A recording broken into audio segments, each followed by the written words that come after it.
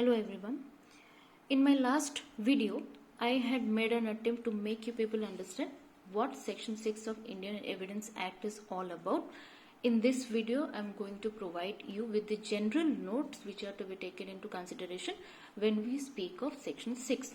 So under Section 6, the first point that has to be taken into consideration is doctrine of res gestae. Now what is res gestae? Res gestae means things done including words spoken forming part of the same transaction. There is a transaction, there is an incident. In that incident, certain activities were performed by some people, certain statements were provided by some people. Those activities which were done by any number of persons in that transaction, the statements given by any number of persons in that incident, in that transaction, those statements, those activities would be termed as res gestae. So what is res gestae in a transaction? The things which are done in a transaction by any person, that would be termed as res gestae.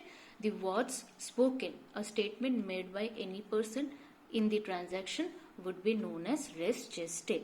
There is a case law which is related to this doctrine of res gestae which could be taken into consideration.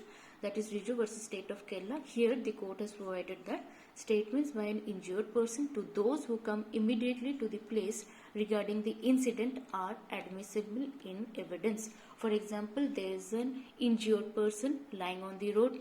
2 to 3 persons come running to him and start inquiring about the incident. So whatever statements are given by the injured person to the people surrounding him and expecting an answer about the incident, those statements would be considered as relevant under Section 6. Those are the res gestae because they are part of the transaction. So another case law which could be taken into consideration is Khaja Hussain versus Inspector of Police. Now there are certain conditions which are to be thought of in great importance, which are to be taken into consideration when we are dealing with Section 6. So what is the first condition? If we are confused whether a statement would be relevant under Section 6 or not, the first condition would be the statement should explain, elucidate or characterize the incident in some manner. A person is making a statement. If the statement is explaining the incident or characterizing the incident, then only that statement would be relevant under Section 6. If it is not explaining, not elucidating, not characterizing the incident in any manner, the transaction in any manner, then it would not be considered relevant under Section 6. The second condition would be it must be spontaneous but not a narration. Any statement given by a person as in sort of spontaneous reaction, sudden reaction, immediate reaction to the incident, that statement would be totally reliable, totally relevant under Section 6. But if it is a narration about an incident, then it would not be considered as relevant under Section 6. The third condition would be the statement must be of fact and not of opinion. If a person is giving a statement about the incident and it is a fact of that incident, then only it is to be considered relevant under Section 6. But if it belongs to an opinion sense of thing, if a person is giving an opinion about the incident, then it would not be considered relevant under Section 6.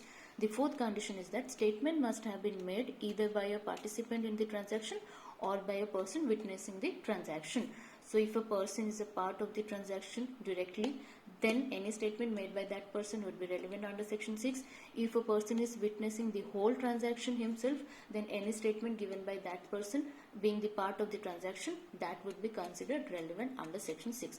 The fifth condition which is to be taken into consideration is statement made by the bystander, which would be relevant only if it is shown that he was present at the time of the happening of the event and witnessed the same. If there is a bystander who has witnessed the whole incident, the whole transaction, if he is giving any statement regarding that incident, regarding the whole transaction, then only it would be relevant if only if he was present at that time of the happening of the event and he has witnessed the same. So these conditions are to be taken into consideration while deciding whether a statement is to be considered relevant under Section 6 or not. Now another point that is highly important, that is totally relevant under Section 6 is that the statement should be spontaneous. Spontaneous in the sense, if a person is giving an immediate reaction in the form of statement, if his statement is the result of the sudden occurrence of an incident, then only that statement would be considered relevant under section 6, otherwise it would not be considered as relevant. There is a case law related to the fact of spontaneity. R versus Bedingfield is a famous case law. In this case law, a woman suddenly comes out of a room with a cut on her throat and remarked to her aunt, "Oh dear aunt, see what Bedingfield has done to me." In this case, the court did not consider this statement as relevant because here the woman, when she came out of the room and made her statement, it was not a spontaneous statement.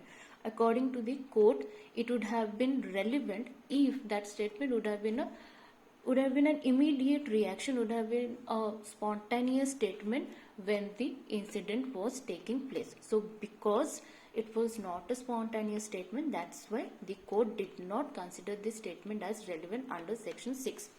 Now res geste has some role to play in rape cases as well. So there are two cases, rape cases, which could be taken into consideration.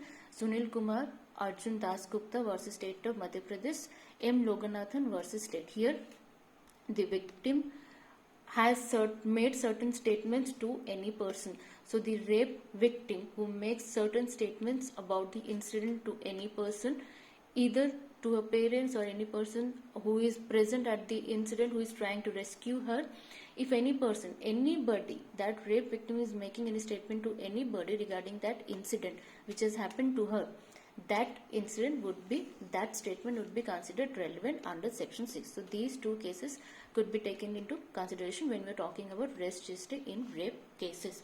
There is another point which has to be taken into consideration is continuity of incident. Now in this case law, Rabindranath Murthy Naidu versus State of West Bengal has clearly described the continuity of incident. Here a person stabs the victim. The victim after some time starts explaining the incident to the people who came running to him in order to inquire what has happened to him.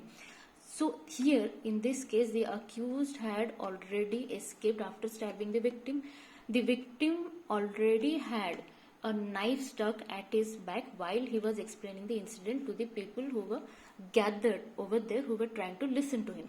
So here the court considered this statement to be relevant, which was made by the victim, because he was making a statement in a direct consequence of the incident, because the knife was still stuck on his back. So it was considered as a continuity of the incident.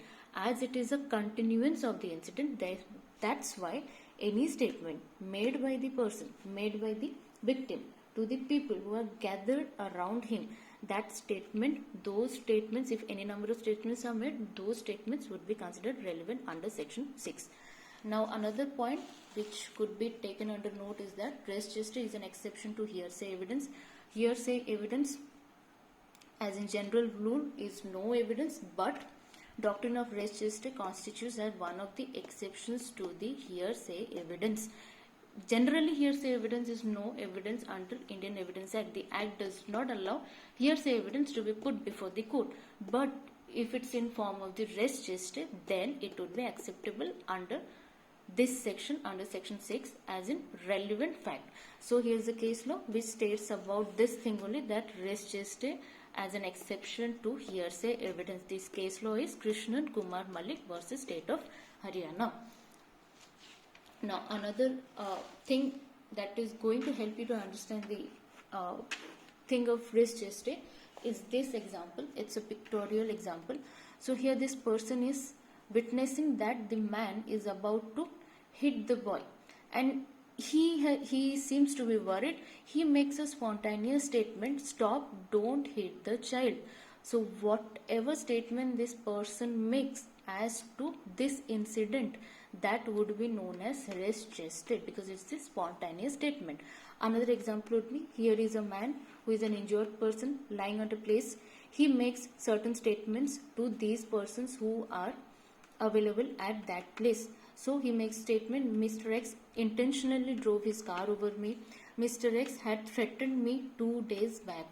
He knows from these statements, we gather an idea that he knows who is the person who has injured him. So he is making certain statements to the people gathered around him. These statements would be known as res geste. Now looking at the injured person, the bystanders, the persons who are present there, they are making certain statements.